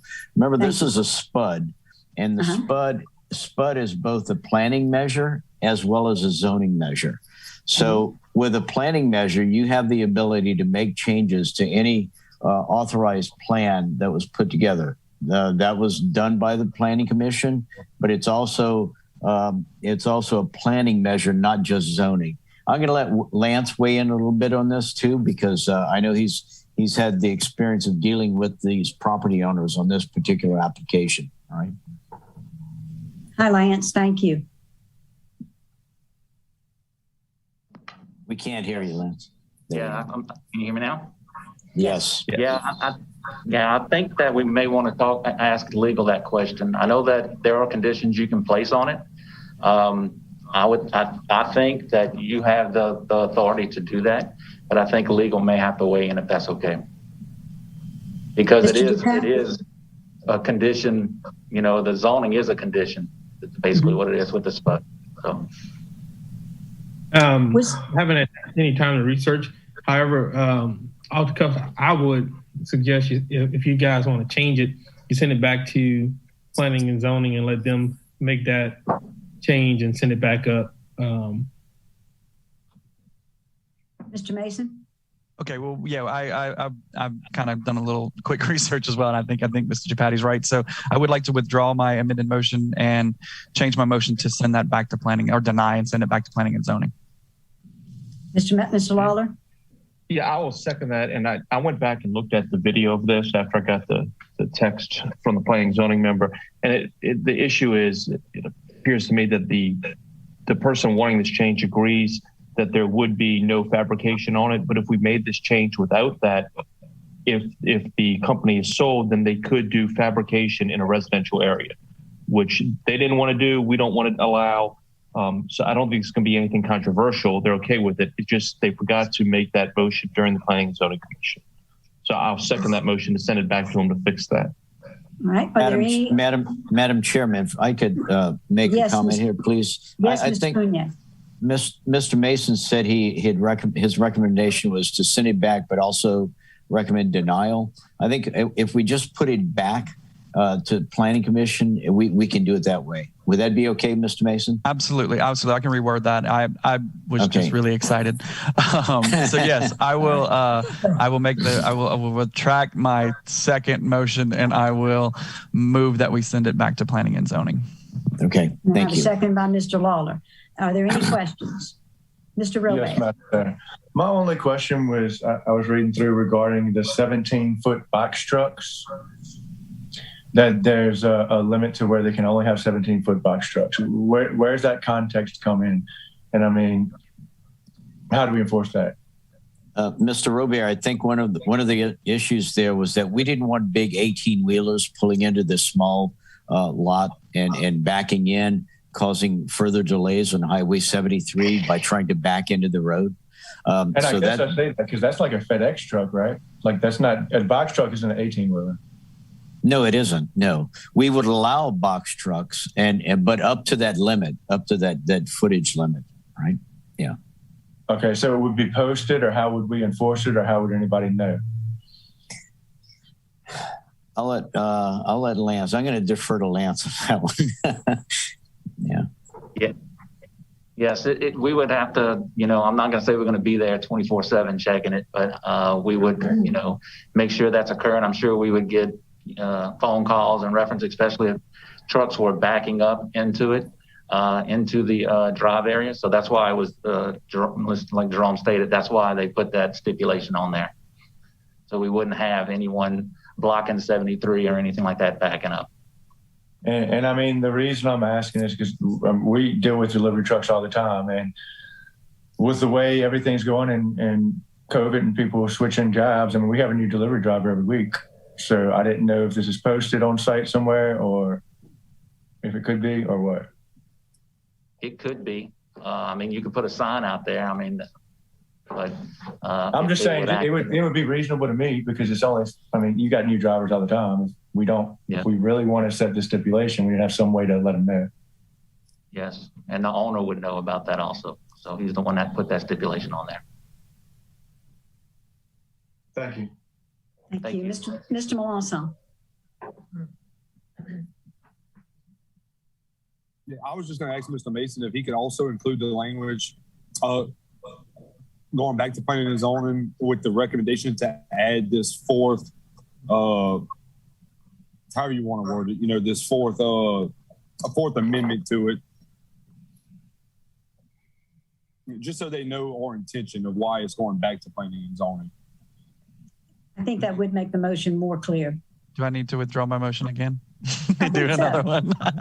I'm going for the record, guys. Seriously. Yeah. All right. So I withdraw that motion, and I would like to submit a new motion to send it back to planning and zoning with recommendation of adding the fourth stipulation of no fabrication done in the yard. Anything else while I'm here? Very clear. Thank you. Anything very much, else? Mr. Mason. I see all sorts of seconds for that. Well, there goes our smooth meeting. Yeah, well. But it's okay. We want to get it right. Any more questions? Any objections? Hearing none, that motion passes. Item B, zoning review, IDPZ 2693.21, Lot A1 for Michael C. Tomplay, located on the south side of LA Highway 30, approximately 2,000 feet east of South Prepara Hodgson Road, to amend the Ascension Parish zoning map from rural to mixed use 2. To accept or deny, the zoning commission recommends approval. I have a motion by Mr. Cagnolotti to approve. Mr. Cagnolotti? Excuse me, Madam Chair. Yes. Yes, Mr. Melanson. I need to recuse myself from this particular item. This is the family of a sibling of mine. Okay, thank you very much. Mr. Melanson is recused. The motion was to approve was from Mr. Cagnolotti with a second by Mr. Lambert. Are there any other questions? Mr. Robert, did I see your hand up? I was just trying to get in on that second. Oh, okay. Give me 2 fingers for that. All right, thank you. All right, we have a motion, a second, and no questions. Are there any objections? Hearing none, that motion passes. Item 8, general business.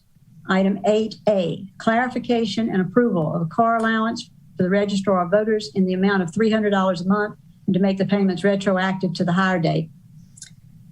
Motion on August. I have a motion by Mr. Mason, second by Mr. Cagnolotti. Are there any questions? Any objections? Hearing none, that motion passes. Item B, resolution to authorize the renewal of the West Bank Industrial Overlay Zone. I have a motion by Mr. Thomas, second by Mr. Cagnolotti. Are there any questions? Any objections? Hearing none, that motion passes.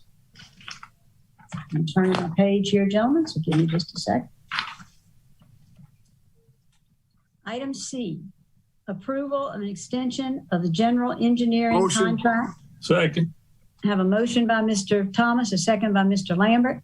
Are there any questions? Any objections? No objection, just a question. Just a question. Mr. Robert, go right ahead. This is not extending a contract. It's already within the terms of the original contract or what? As far as going out for an RFQ or anything like that? This is just an extension, sir, of the contract. Okay, so okay. I was just making sure it was part of the contract initially. Yes. Mr. Thomas. Yes, for a minute, Ms. Chairman, you mind if I chime in? I won't be long. I appreciate allowing me to express some sentimental things that I just like to go over. The first thing is... Is that relevant, Mr. Thomas, to this item? Yes, it is. All right, It certainly. It includes the utility agenda on the, I'd just like to talk about the utility agenda committee, just to clarify that the vote that the reason I didn't vote on the utility committee on those items because I wasn't aware, I didn't have any communication on it and any transparency on that situation. This item was this item was on the agenda. So with that was saying that there were some things that were said, and I was very disappointed. But again, we must continue to work together, and we must continue to do the things that we need to do in terms of moving this parish forward. And we just got the information on the Ascension Parish, one of the fastest growing parishes in the state. And in saying that, Ms. Terry, I'd just like to go over some things that I had dealing with the water and this item compared to this item. And the questions I'm asking the administration if they would take the question. They don't have to answer now. At the next meeting, that they would be able to answer those questions that I'm gonna be asking as I go along. I'm not gonna be very long. Please bear with me. And this council and chair lady, I just need to just express some of the sentimental things that I think that need to be heard. One of the things is my question is do we have an update on the water system? And I know we're working on that, and I want to congratulate Mr. Goldsmith. He has called me several times in terms of letting me know what's going on. And that was my sentimental comment in terms of being able to allow the committee, the utility committee, and the administration communication with myself with this water situation being as though it is, and not having any communication, not being invited to some of the meetings that was going on. I was real concerned about that, and because of that, I had questions from some of my constituents that was calling, and I needed answers, and I wanted to answer those constituents appropriately in terms of moving forward. Yes, sir. So do you have those questions now that you want to give to them to have ready for you? Yes, as I go along, give me a little time. I'm not going to be long, Ms. Terry. Just give me a little time. Just bear with me. The next thing I had was when was a flooding problem? And there was when we had a flooding problem. And I'm just making a point now. I'm not trying to rub nobody. I'm just making a point. Hear me out. Please hear me out. There was a quick vote to put a moratorium in the parish when we had the flooding, and was all but right. Now, we have, I say we, West Ascension have a water problem on the West Bank, and we're not talking about it. I mean, our ship it just didn't shift. Now, the next question I'm asking, it's just a general question, was the moratorium that we put out, was it political? And the council members, our council members would criticize for drainage problem, but when we should have the best interest for the entire parish. Nothing said about fixing the water problem, which I've been talking about for the last 2 years. And we are about to, as far as I've heard, get some answers on some of this stuff and moving forward. Yes, sir. My other question, hold, just give me, just bear with me. I'm almost finished. Bear with me, Mr. Terry. Look, we have $8 million that has been available for us to use for over a year and a half. Nothing has been done. And my sentimental question, if we don't use it, we're gonna lose it. And I really don't wanna at no cost lose what we have. And as I sit here, before I was elected, there was a water price increase, Ms. Terry. And It would determine the people have been getting high water bills, $18,000, and continue the inconsistent water bills, which we have been coming forward to answer those questions. Now, the thing about that is, for me, I would never,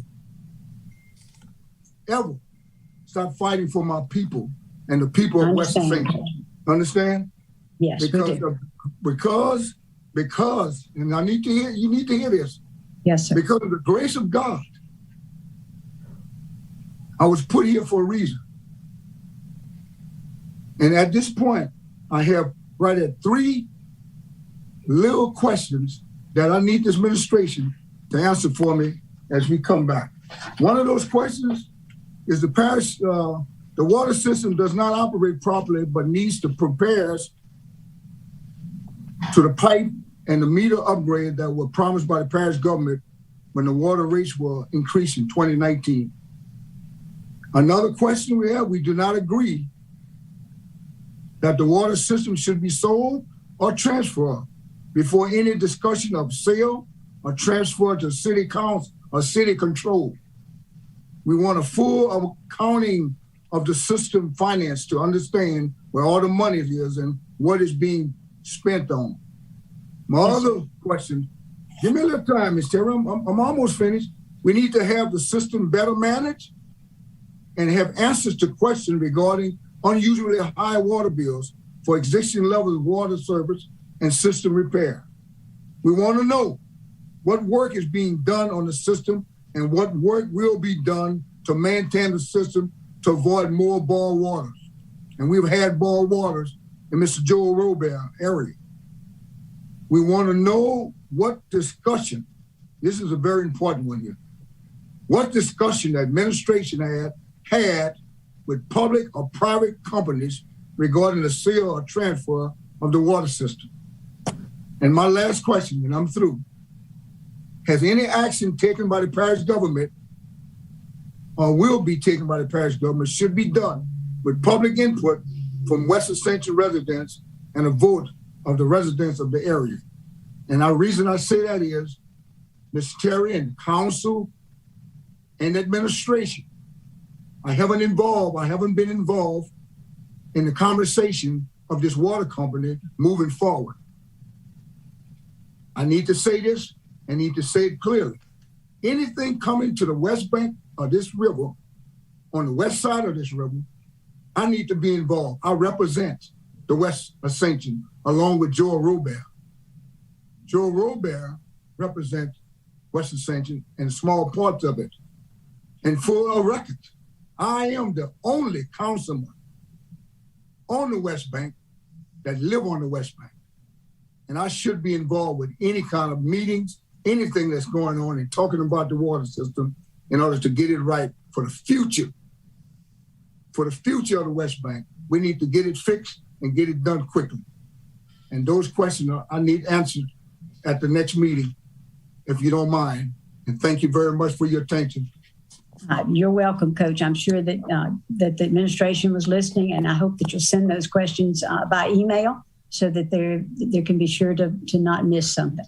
We have a motion and a second to approve the extension of the general engineering contract with GSA McKim Creed. Are there any further questions? Mr. Melanson. Yes, Madam Chair. I'm just going to say a few things concerning Coach's questions with the with PUA. As far as the county goes, I mean, we're all aware we currently have a forensic audit going on of the entire PUA ACUD1 system. Pat Goldsmith is on top of it. We have audit going on to find any of these issues that we're talking about. As far as the sale of the system goes, there's been no official meeting with anybody over the sale of the system. On the high water bills, there's roughly 3,000 PUA customers and I think another 1,000-ish ACUD1 customers for the sewer. A couple dozen water bills a month or high. If there's 100 water bills a month that are out of whack, you're talking about 1/3% of an issue that we're having. It is an issue. We want to get it fixed. That's the whole point of the forensic audit. But it's not this just massacre of a problem to where hundreds of thousands of people are getting overbilled. They're smaller, isolated incidents. We do need to get them fixed.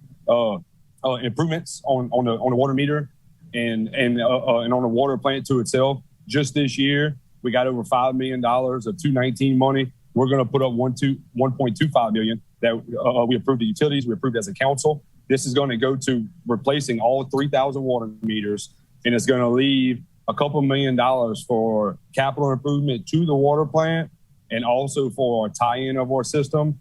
And that all backfeeds into the GSA McKinn contract that we just extended. They're doing a bunch of work for us. Our state delegation believes that we have an excellent shot at $5 million each of the next 2 years in this new infrastructure bill that came down from Washington. So on 25% match, there's a chance you're talking about $12.5 million with only 2.5 coming from Ascension Parish to improve this system. So we are working to improve it. And Coach, there's not a meeting going on that you're unaware of. Like look, we've talked about this before, but the money is rolling in, and a lot of it is coming from the feds from 219. Hopefully CBDG grants are going to work in our favor to improve this system, but we need to explore all options to do it with at least amount of Ascension Parish taxpayer dollars and the federal money as possible. I know it's slow, and I know Coach is very passionate about this, but we are working on it. This year alone, we got over $6 million of money that did not come from our pocket. So I just wanted to throw that out there, that we are making headway. There will not be a discussion of a sale or transfer of this without Coach being in that conversation. So I just want to throw that out there that we do have good things going on. And in 2015, we bought this thing. It was a hot mess, and we're trying our best. So I just want to throw that out there. Thank you, Madam Chair. You're welcome, Chase. Thank you for addressing those questions. Mr. Thomas. Yes, Ms. Terry, I want to thank you for your patience and allowing me to vent out my concerns. And I'm very grateful and very appreciative of that you allow me to do so. And Mr. Melanson, in your comment about having meetings about this water company, I beg to differ with that. Maybe you don't know, but I do, that there have been some meetings about selling this water company to the city of Donaldsonville. And I said for us to proposal, we cannot put the burden and responsibility on the city of Donaldsonville. For number one, they can't afford to buy the system. Number two, it would be a tremendous financial burden to the city of Donaldsonville. And number three, the financial burden would be the future maintenance, upkeep, and upgrade to keep a quality water system for our people. And with that said, I'm very happy that we have all of this money coming down. I'm only wanting to fix it, so I don't get these 6 to 8 calls every week about the water company, the fluctuation of the bills. So again, I want to thank Ms. Terry, thank you, Chase, and again, allow ourselves to work together moving forward. We have a great opportunity here to fix this thing for the future of Donaldsonville, the future of the West Bank, and the future of the infrastructure that we have, and all of the overflow that you are having on the East Bank. Allow some of that to come over on the other side here, and moving forward, I think everybody will be happy. So thank you all, and I appreciate it. Thank you, Coach, and thank you, gentlemen, both of you, for the respectful discourse. We appreciate it so much. This is the kind of conversations we can have and maintain civility and be proud of ourselves at the end of the night. Thank you so much. Now, are there any further questions? Are there any objections to this contract extension? Hearing none, that motion passes. Item D, approval of the change order number 6 for CDBG. I have a motion by Mr. Thomas, second by Mr. Melanson. Are there any questions? Any objections? Hearing none, that motion passes. Item E, approval to renew the contract with Curtis Environmental Services for a not to exceed amount of $70,000 for sampling, testing, and reporting. Motion, ma'am. Motion. Second. Have a motion by Mr. Melanson and a second by Mr. Mason. Are there any questions? Any objections? Hearing none, that motion passes. Item F, approval of a change order, number 1, to add 60 calendar days to the contract of the Move Ascension Project, MA 18-08, Henry Road at AP 930 Roundabout. Motion. Have a motion. Have a motion by Mr. Melanson, a second by Mr. Lawler. Were there any questions on that one? Are there any objections? Hearing none, that motion passes. Item 9, this only takes one motion to introduce. Item A, introduction of an ordinance to acquire a parcel of immovable property for East Ascension Consolidated Gravity Drainage District for the price of $137,000 for the Louisiana Highway 22 bridge construction and drainage improvements. The chair would entertain a motion to introduce. Motion to introduce. Have a motion by Mr. Robert to introduce. Item 10, public hearings on ordinances. The public hearings have already taken place, so we will have the reading of the ordinance and then the movement of the ordinance. Item A, reading of an ordinance to amend the Ascension Parish zoning map from medium intensity residential to small planned unit development. Zoning review IDPZ 2621-2.2, tract A-3 for Stephen and Cheryl Morrow, located on the south side of West Main Street, approximately 2,200 feet west of the North Anita Avenue. Mr. Dupatti. Chairwoman Casso, I think Mr. Dupatti got disconnected. I can read the ordinance. Thank you. Ordinance number ZM2102, zoning change IDPZ 262121, changing the official zoning designation for tract A3 to rezone from medium intensity residential to small plan unit development, provides for severability and effective date. This ordinance amends the official zoning designation for tract A3 from medium intensity residential to small plan unit development. This rezone is identified as zoning review IDPZ 262121, tract A3. Whereas Ascension Parish is a local governmental subdivision as defined by Article 6, Section 44 of the Louisiana Constitution of 1974. And whereas the Parish of Ascension is the governing and responsible body over the zoning and regulations within the jurisdiction.